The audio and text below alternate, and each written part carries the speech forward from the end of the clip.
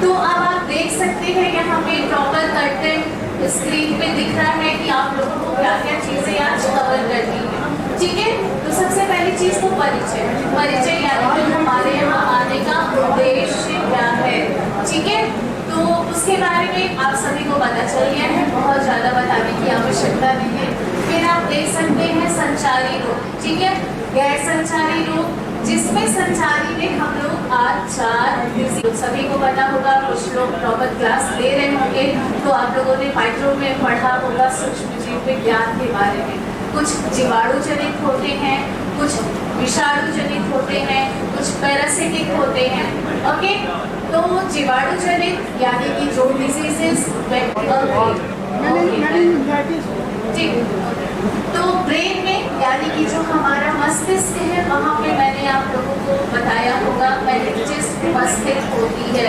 ठीक है, उसी में अगर जीवाणु से इन्फेक्शन हो गया, इन्फ्लेमेशन हो गया, तो उसको क्या कहते हैं, मेनिंजाइटिस। ठीक है, जैसे आप लोगों ने सुना होगा road side accident, RTA road traffic accident आजकल हमेशा देखने को मिलता है। ठीक है, तो वहाँ पे किन्हीं कारणवश अगर मानिए ओपन फ्रैक्चर है या जो वुंड है यानी कि जो घाव है वो है हर्पीज वायरस, जिसके बारे में हर्पीज जूस्टर आई थिंक आप लोगों ने सुना होगा। हथेली सुना है ना?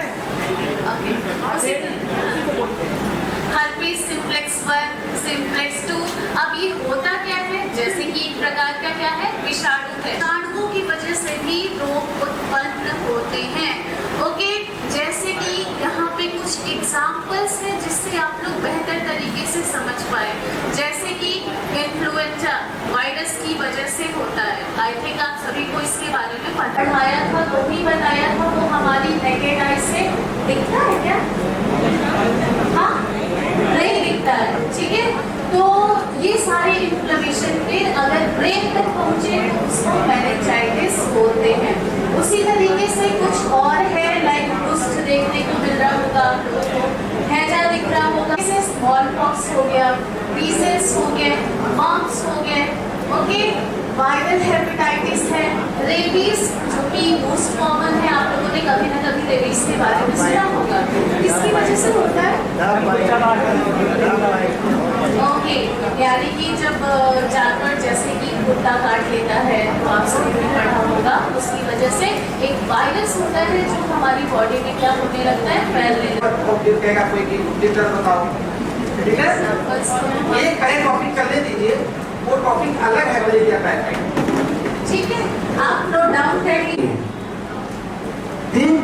संचारी रोग को यहाँ पे अलग अलग बताया गया कि कुछ बीमारियां वायरस की वजह से होती हैं, कुछ बीमारियां बैक्टीरिया की वजह से होती हैं, कुछ प्रोटोजोआ की वजह से होती हैं, कुछ पैरासाइट की वजह से होती हैं, कुछ फंगस की वजह से होती हैं।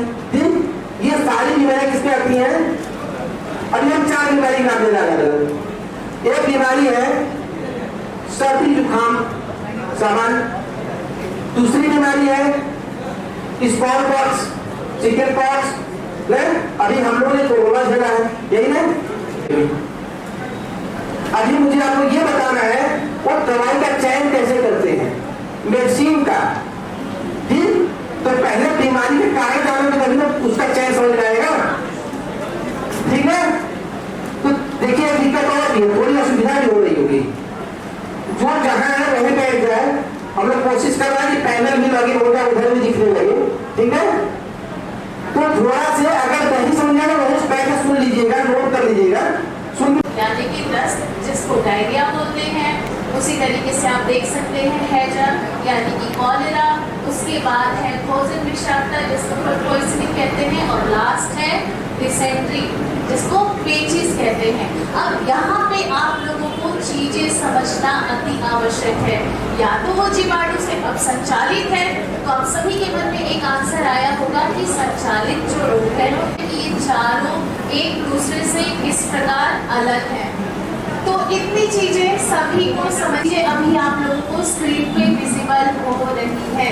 ठीक है, तो मैंने कुछ इम्पोर्टेंट चीजें यहाँ पे लिखी है जो ओके, बोरियत ना हो ये चीज हमेशा ध्यान रखिएगा, चीजों को तभी आप बेहतर तरीके से समझ सकते हैं, तो ना। ओके, सो जो आँख है अच्छी बैक्टीरिया होती हैं जो हमेशा उपस्थित होती हैं जी।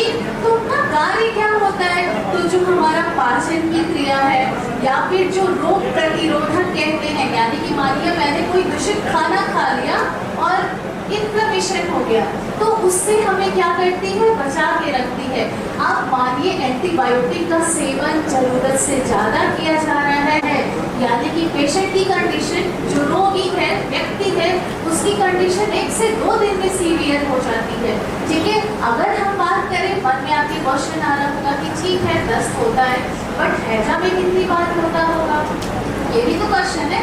जैसे मैंने डायरिया में बता दिया कि जो दस्त होता है 3 से 4 बार या 4 से 5 बार हो गया, पर इस कंडीशन में पेशेंट को कंटिन्यू, लाइक अगर हम काउंटिंग करें तो 30 से 40 कह सकते हैं, अदरवाइज पेशेंट को बार बार पतला दस्त होता ही रहता है।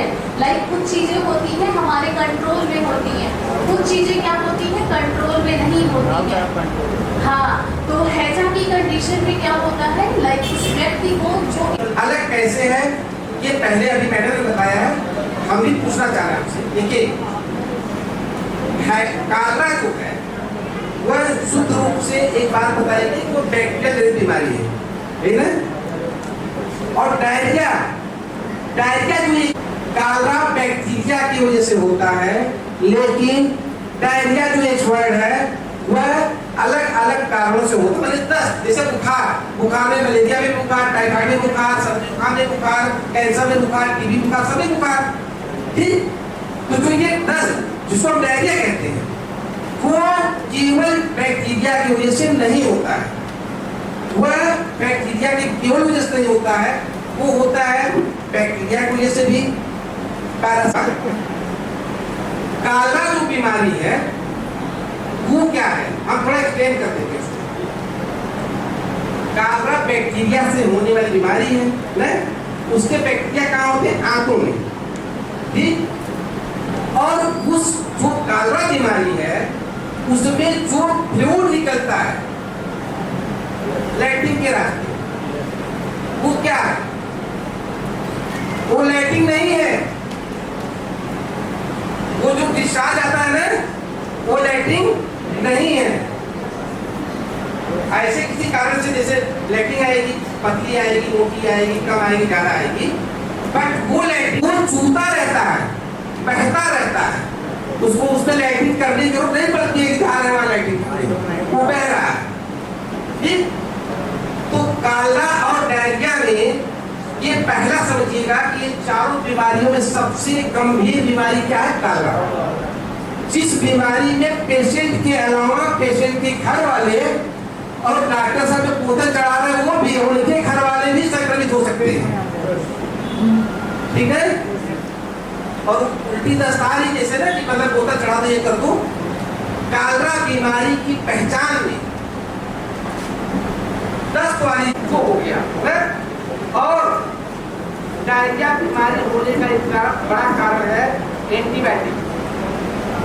क्या है? एंटीबायोटिक अगर किसी पेशेंट को हम दे रहे हैं उसकी आवश्यकता उसको नहीं है, क्या कर लीजिए, पेचिस अलग होता है ना। और जो पेचिस बीमारी है वो 2 कारण उसके प्रमुख हैं। एक कारण है बैक्टीरिया और दूसरा कारण उसका है पैरासाइट, प्रोटोजोआ। ये 2 कारणों की वजह से डिसेंट्री होता है।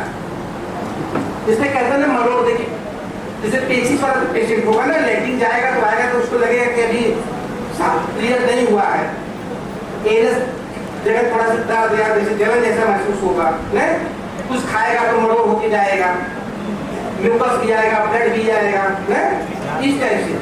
और उसको होने के बाद अगर उसका सही जगह से सही तरीके से इलाज नहीं हुआ है तो पेशेंट को कहीं भी इंटरनल एक्सेस हो सकता है, लीवर में, ब्रेन में, कहीं भी फोड़ा, उनके लीवर में फोड़ा हो गया, ब्रेन में फोड़ा हो गया, हाथ में फोड़ा हो गया, पेट में फोड़ा हो गया है, वो उसी वजह से होता है, मैक्सिमम वो हो सकता है। अगर किसी पेशेंट को डिसेंट्री है और डिसेंट्री का सही इलाज नहीं हो पाया ना, तो क्या होगा, उसको इंटरनल कहीं एक्सेस वगैरह होने का चांस ज्यादा रहता है, जैसे लीवर एक्सेस वगैरह होने का चांस रहता है, ब्रेन में फोड़ा हो गया, हाथ में पेट में, लेकिन अंदर अंदर फोड़ा हो गया है। एक बड़ा कारण है ये बड़ा कारण है क्या, एक्सेस होने का इंटरनल वाला। ठीक, तो हम